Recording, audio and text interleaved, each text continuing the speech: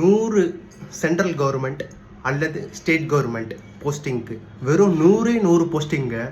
அந்த 100 போஸ்டிங்க்கு 1,00,000 பேர் எழுதுகிற எக்ஸாம். 1,00,000 பேர் வெறும் 100 போஸ்டிங்க்கு. அப்போனா இந்த உலகம் எவ்வளோ காம்படிஷனான உலகம் நல்லா புரிஞ்சுக்கோங்க.